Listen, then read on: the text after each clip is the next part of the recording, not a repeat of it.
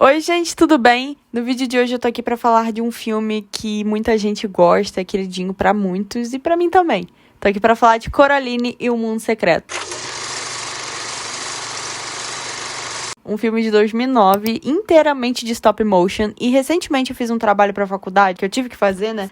De stop motion. E, galera, deu trabalho. E olha que eu não fiz a maior parte dos bagulho, né? Pra quem não sabe, se eu tô aqui falando stop motion, stop motion, stop motion. Stop motion é uma técnica que você faz tirando fotos. Então, você anima o filme inteiramente, minuciosamente, mudando cada movimento. E eu sou apaixonada. Meus filmes favoritos de animação são de stop motion, mas é aquilo. Não são tão valorizados quanto eles merecem. Coraline, sim, é super hypado, mas eu sinto que é de uns anos pra cá, a nossa geração que tá puxando, porque na época ele foi indicado ao Oscar, mas, infelizmente, muitos não assistiram. Até porque eu acho que ele é bem assustador pro público infantil. Eu só fui assistir pela primeira vez com 12 anos. Quando ele lançou, eu tinha 4 anos, mas eu não tive a oportunidade de ver, eu vi outras coisas e acho que eu tinha medo, não tenho essa memória. Mas quando eu vi a primeira vez, eu já vou falar, já vou chegar lá, foi uma experiência catártica. Nem sei se existe essa palavra.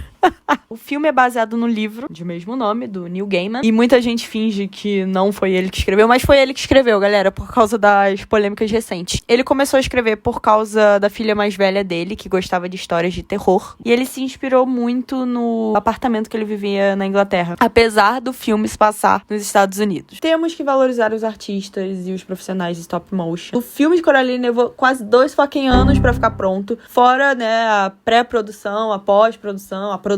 E pra quem não sabe, as dublagens foram feitas antes do filme estar pronto. E aí depois eles foram fazer a montagem mesmo, pra fazer os semblantes. Foi baseado justamente nessas gravações. Coraline é uma história assustadora de uma menina muito corajosa. Coraline e o Mundo Secreto. O filme começa com uma mão metálica escrota pra caralho desfazendo, no caso, uma boneca de pano e a gente não sabe de quem é, mas, enfim, ela tá dando novas características. A gente só percebe que essas bonecas têm olhos de botão.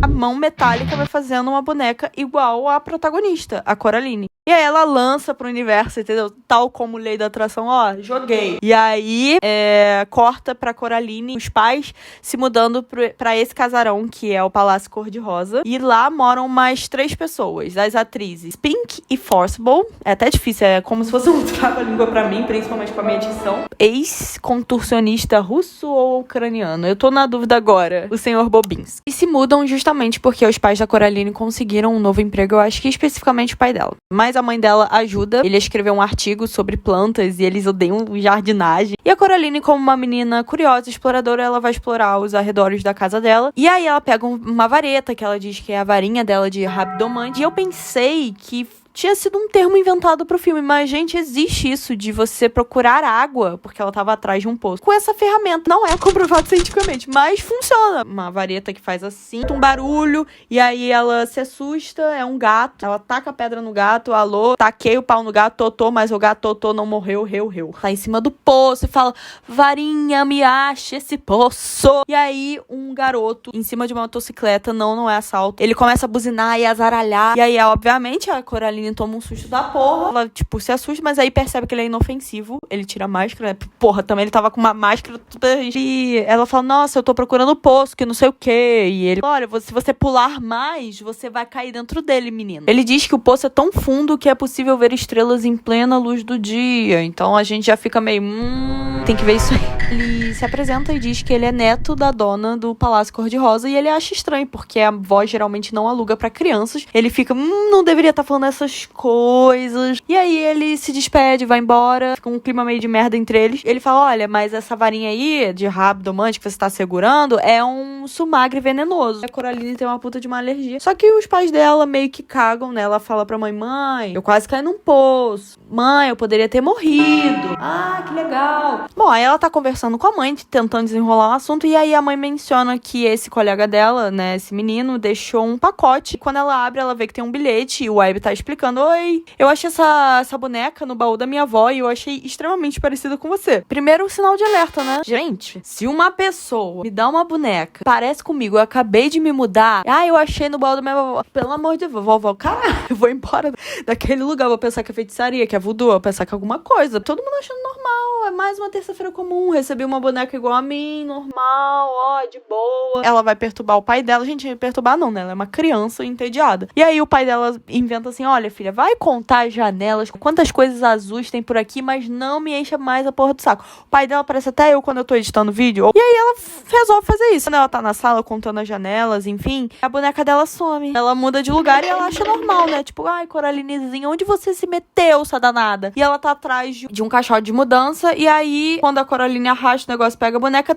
ela se dá de cara como uma portinha. Ô, mãe, que é isso? Que não sei o que, vem aqui. E a mãe vai lá e olha, você vai me parar de encher o saco se eu abrir essa porra? Ela voa. E aí a mãe dela pega a chave, abre e a Coraline fica tipo, opa, cadê o hambúrguer desse lanche? Não tinha nada, era só uma parede de tijolos e segue-se a vida. E aí de noite, a Coraline vai dormir e ela começa a escutar um ruído. Um rato. Não satisfeito de ser uma casa assombrada, é uma casa imunda. Olha só, se a minha casa tá com ou assombração ou com rato, entendeu? Eu me explodo, mas eu não fico naquele lugar. E aí não, a Coraline vai seguir o rato como se nada fosse, nada acontecesse. Ele entra atrás da portinha. Dessa vez a portinha tinha uma parada, que era um portal. E aí a Coraline fica extremamente hipnotizada. Depara com uma sala igual a dela, mas estranhamente perfeita na cozinha, né? Ela sente um cheiro. E aí é a mãe dela fazendo alguma coisa. Aí ela: mãe, o que você tá fazendo aí de madrugada? Chegou bem na hora do jantar, meu amor. Nossa, eu sei muitas falas desse filme. Que na verdade não é a mãe dela, é outra mãe com olhos de botão e ela trata a Coraline como se fosse realmente a filha dela, só que de uma maneira muito mais amorosa do que a mãe dela estava a tratando nos últimos tempos. Ela fala pra ir chamar o pai dela que tá lá no escritório, só que ele não tá no computador não, ele tá tocando piano. Na verdade não é ele que tá tocando piano, é o piano que tá tocando ele. Opa, que papinho. E ele canta uma canção super fofa pra filha e eles vão jantar. O que tá acontecendo? Gente estranha com gente esquisita. Mas a Coraline fica super feliz porque na noite anterior ela não tinha jantado porque o pai fez um prato nem um pouco apetitoso. Nisso, a outra mãe faz um bolo e entrega a ela. E um detalhe muito interessante nessa cena é que o último O do home, né, que significa lar, tem 2 voltas. E na grafologia, que é o estudo da personalidade da pessoa, através da escrita, diz que essa dupla volta no O significa mentira, dissimulação, engano. Então seria um sinal de que a Coraline não estava em casa e de que ela não devia confiar naquelas pessoas. Nem sempre quem é legal com você tem boas intenções. Ela tava atordoada, né, diante de tantos agrados. A mãe dela, essa outra mãe, no caso, tem toda hora tá me corrigindo, ela percebe que a Coraline tá com a queimadura, né, por causa da varinha de rabdomante. E ela passa um cremezinho. Coraline vai dormir feliz. O quarto dela, essa outra casa, é maravilhoso, todo decorado, coisa que ela não tinha feito ainda no seu quarto original, até porque eles tinham acabado de se mudar. Ela dorme, acorda no outro dia, na sua vida sem graça e cinzenta, ela volta pra realidade, né? Volta ao normal, só que a queimadura tinha passado. Ou seja, será que aquilo foi um sonho? Será que não? Is this the real life? Caught in the landslide. Tudo naquele mundo é perfeito. Tudo é extremamente perfeito de um jeito que incomoda, menos a Coraline. Ela vai verificar, porque aquilo foi estranhíssimo, que parada sinistríssima, né, da queimadura sumir. É que o portal não tava ali, então realmente talvez tenha sido um sonho. Ela vai relatar pros pais dela, que desconversam, ficam meio tipo, cara, que papo de doido do caralho. E aí a mãe dela fala: vai lá nas senhoras lá, e a Coraline fica: ué, mas você disse que elas não batiam bem? E a mãe, tipo, justamente, né? Quando ela sai, ela meio que esbarra com umas encomendas de queijo, que não eram dela, nem das velhas lá de baixo, eram do senhor Bobinski. Então ela vai lá entregar. O senhor Bobinski não atende, e aí meio que ela entra sem querer no apartamento, ele fecha a porta abruptamente, ele surge do ar, assim, e fala que o circo dos camundongos não está pronto e que aqueles queijos eram pros ratos. Tem um detalhe muito interessante nele, que ele tem a pele azulada, e no peito dele tem uma espécie de medalha, que é uma medalha real que foi dada pros heróis de Chernobyl. Pra quem não sabe, pra quem vive numa caverna, em 1986, na União Soviética, houve uma explosão de uma usina nuclear, que foi uma tragédia total, afetou milhares de pessoas, deixou várias pessoas sequeladas, mortas, enfim. Então teve esses liquidadores de Chernobyl que ajudaram nesse contexto. Na teoria, né, muitas pessoas dizem que o Bobinsky estava lá. Por isso que no começo do vídeo eu fiquei meio confusa se eu falo que ele é russo, ucraniano, porque, né, a União Soviética naquela época era tudo grudado, né, tudo junto. Então, por isso ele teria a pele azulada e o corpo meio desproporcional, a barriga gigante. Não é porque ele é bêbado. Eles conversam um pouco e quando a Coraline já tava no final da escada, ele pula em cima dela e fala assim: olha, tem um último aviso, Caroline, porque todo mundo nesse filme erra o nome dela. Os camundongos me falaram um aviso: não passe mais pela pequena porta. Ai, gente, quando eu vi isso pela primeira vez, me arrepio toda. Meu Deus, eu fiquei com um cagaço. Ela não tinha falado nada sobre isso com o Bobinsky. Ela fica meio escaldada, recebe o primeiro sinal do universo, mas ignora e vai pra onde ela iria desde o começo, que é conversar com as atrizes. Não, quando ela chega, ela se depara com vários cachorros e muitos deles empalhados. Então elas tinham essa mania de quando o cachorro ia de arrasta, elas colocavam ele exposto com uma roupa de anjinho. E aí elas se propõem a ler as borras de chá. Gente, toda vez que eu falo borra, parece que eu vou falando porra, né? Não, é as borras de chá. Quando ela fosse beber, o que sobrasse, né? O restinho, elas veriam o que está falando. Elas são místicas, né? Tem essa vibe. Eu me identifico com as divas. Quando a Coraline bebe e termina, a Spink, ela vê uma mão muito estranha. A Coraline estaria correndo muito perigo. Pesou o clima aqui no programa. E a outra tenta apaziguar e fala: não, eu vejo uma girafa. Ela claramente assim. A Coraline meio que tipo, caraca, eu ainda não falei nada e já tá dando merda assim, é melhor continuar sem falar nada. Ela vai embora, quando ela sai, ela encontra o Ibe que tava caçando lesmas com o gato. E aí ela questiona: como você deixou a boneca tão parecida comigo? E ele fala que encontrou ela daquele jeito. Seria mais velha, inclusive, do que a própria casa. Tanto que ele nem entra no Palácio Cor-de-Rosa. Tem um climinha estranho que a avó dele não permite entrar e justamente ela dificilmente aluga pra quem tem crianças. Tem uma preocupação muito grande acerca disso. Porque a avó do Ibe tinha uma irmã gêmea que foi raptada. E aí o gato sabe de alguma coisa que a gente não sabe. Porque enquanto eles estão conversando, ele meio que olha pro lado, pra janela, e tá a boneca lá. Ai, gente, tá a boneca lá olhando pra fora. Hoje eu percebi que já fudeu. Mesmo depois de vários sinais, a Coraline, foda-se, ignora. E nessa noite ela resolve deixar uma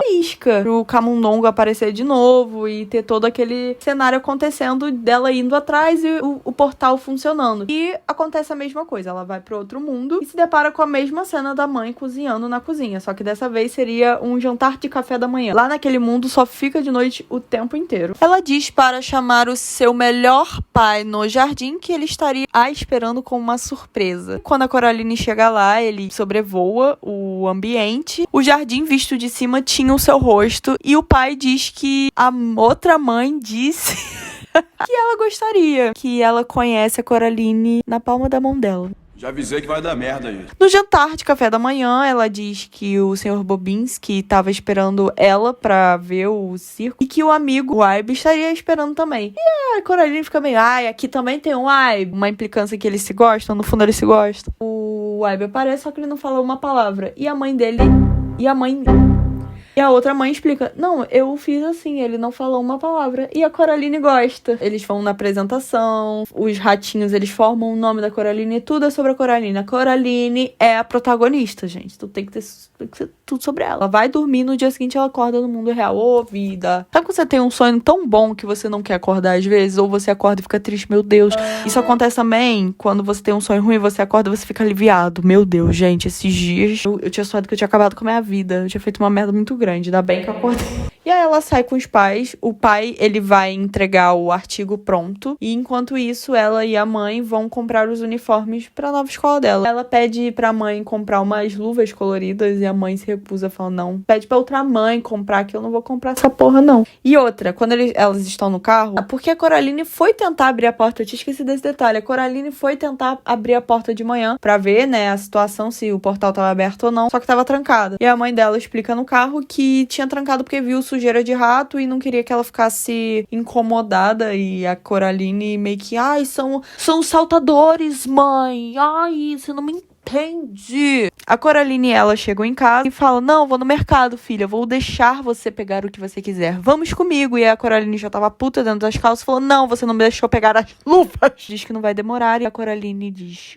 Mas eu vou. E pega a chave que tava lá no alto. O portal dessa vez funciona. Ela se depara com a cozinha vazia, só que com uma caixa que tinha um suéter. E aí deixou nesse bilhete avisando que teria a apresentação da Spink e da Forcible, que era pra ela tá lá. Quando ela sai, o gato está lá. E ela fala assim, ih, o outro gato. E aí o gato fala, literalmente, o gato fala, eu não sou outro nada. Eu sou eu. O Coraline fica meio, epa, neném. E aí ele explica que ele tá sempre indo e voltando daquele lugar, que ele sabe as passagens, e que a outra mãe o odeia gatos, tá sempre o procurando, o caçando e quer acabar com ele. E a Coraline fica, ué, mas ela é um amor, como assim? E ele diz, você pensa que esse mundo é tudo que você sempre sonhava, mas você está enganada, minha amiga. Ele explica que os gatos têm sentidos mais apurados, sabe aquele sexto sentido? Então, a gente...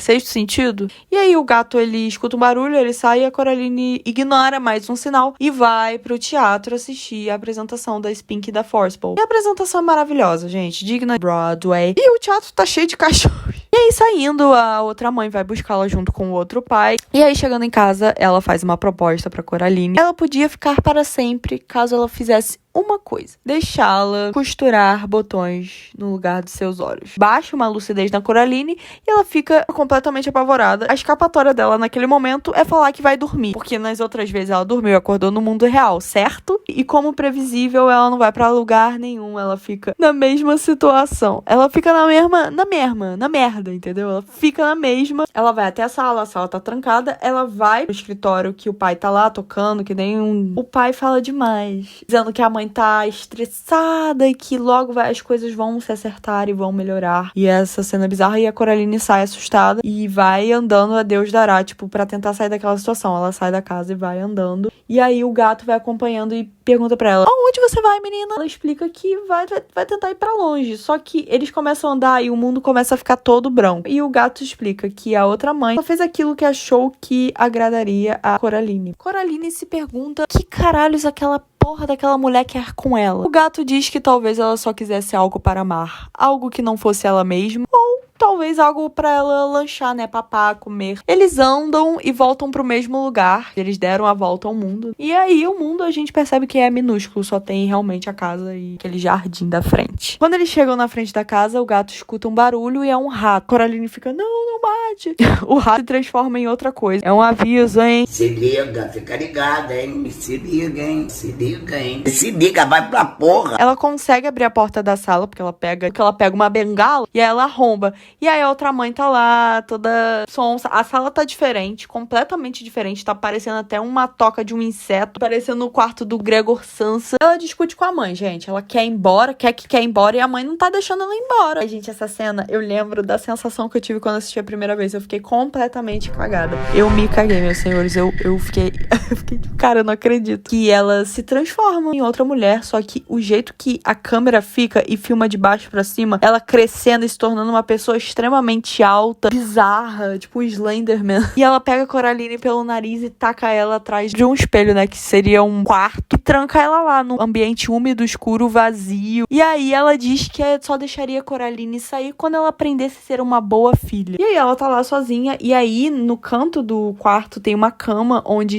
são 3 almas de crianças. Elas não lembram seus respectivos nomes, não lembram basicamente de nada, mas lembram que tinham uma vida e uma casa de verdade, com uma mãe de verdade. A Bela Dama os espionava e que via a vida deles através daqueles olhos de botão. E aí a gente descobre como é que a Bela Dama sabia de tantas coisas específicas sobre a Coraline. Inclusive, uma das crianças é irmã da bisavó do Wybe. E a partir daqui eu vou começar a chamar a Bela Dama não só de outra mãe, eu vou chamar de Bela Dama, bruxa, velha, maldita. Outro Wybe consegue resgatá-la, abre a porta e manda a Coraline zarpar. E aí a Bela Dama escuta, né, aquela coisa e vai descendo as escadas. E é aquela cena de fuga, entendeu? A Coraline vai correndo e o portal já não tava mais o mesmo, tava completamente diferente. E a Coraline volta pra casa, feliz, né, aliviada, procura os pais não estão em casa. A campainha toca e é o Wybe. E o Wybe tá pedindo a boneca de volta, já que aquela boneca não era da Coraline, era da irmã da avó do Wybe. Coraline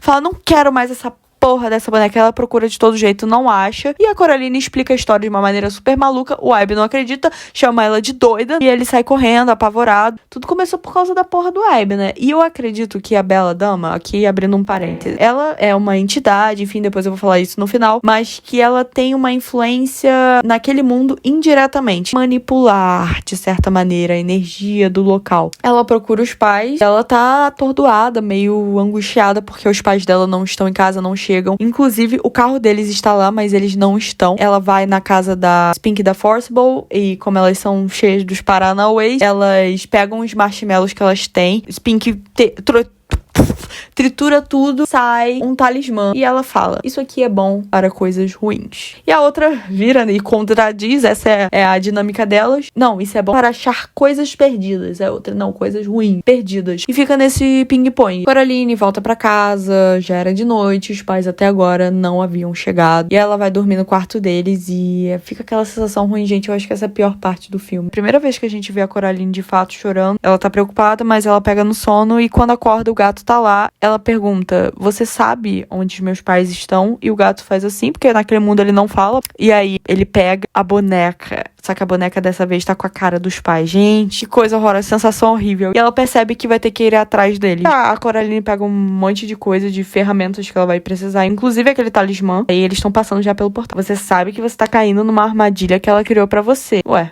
fazer o quê? O que temos pra hoje, né? Não, ela não fala assim, mas ela diz que ela precisa resgatar os pais dela. E aí ele sugere que ela proponha pra outra dama, eu juntei os dois nomes, jogar um jogo. A porta, de repente, da portinha se abre, ela tava na metade do caminho, e aí a mãe da Coraline dizendo, filha, você veio nos salvar. E aí ela abraça a mãe, só que, bizarramente, a mãe se transforma na outra mãe, ela aproveita, deixa e pega a chave, que tava com a Coraline, com a ajuda dos ratos. Além dela pegar essa chave, ela engole e aí a Coraline se questiona por que você não usa a sua chave? E o outro pai, bocudo, diz, mas só tem uma chave. Mesmo apavorada, ela propõe o jogo pra outra mãe. Achar os seus pais é fácil demais. E ela abre outro parênteses e fala, e os olhos das 3 crianças fantasmas? E aí a Bela Dama, então vamos que vamos. A Coraline pede uma dica, só que ela dá uma dica totalmente sem meio sentido, já que são 3 fantasmas, serão 3 situações, 3 contextos pra que ela ache os olhos. Que não são literalmente olhos, as almas deles estão dentro de objetos esféricos. Vocês sabem, né, daquela frase famosa, os olhos são a janela da alma. Então, quando a Bela Dama costura os olhos das crianças, é como se ela tivesse acesso à alma delas. Coraline vai até o jardim, é atacada por um inseto. Tentam pegar aquele talismã que as atrizes